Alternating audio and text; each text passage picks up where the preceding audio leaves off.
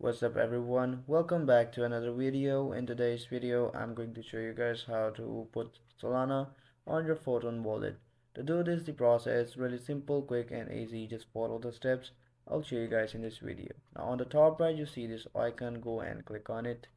And once you're here, it will take you to wallet management. Here we'll go to my wallet in order to check our current balance. Now this is our current balance, and below is our Photon's wallet address. Now to deposit some Solana into it, we'll head over to the deposit section, and now here it will provide you with two options. One is split and the other is specific amount.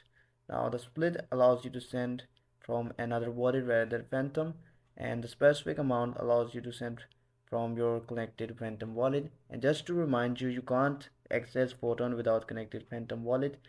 I have my Phantom wallet on my Google Chrome, and I'll just quickly log into it. Now this is my Phantom wallet, and make sure you have some available asset or amount present in it. This is my current balance, and we can simply go and type in the amount directly in the specific amount section, and we can deposit some Solana from our Phantom wallet to our Photon wallet.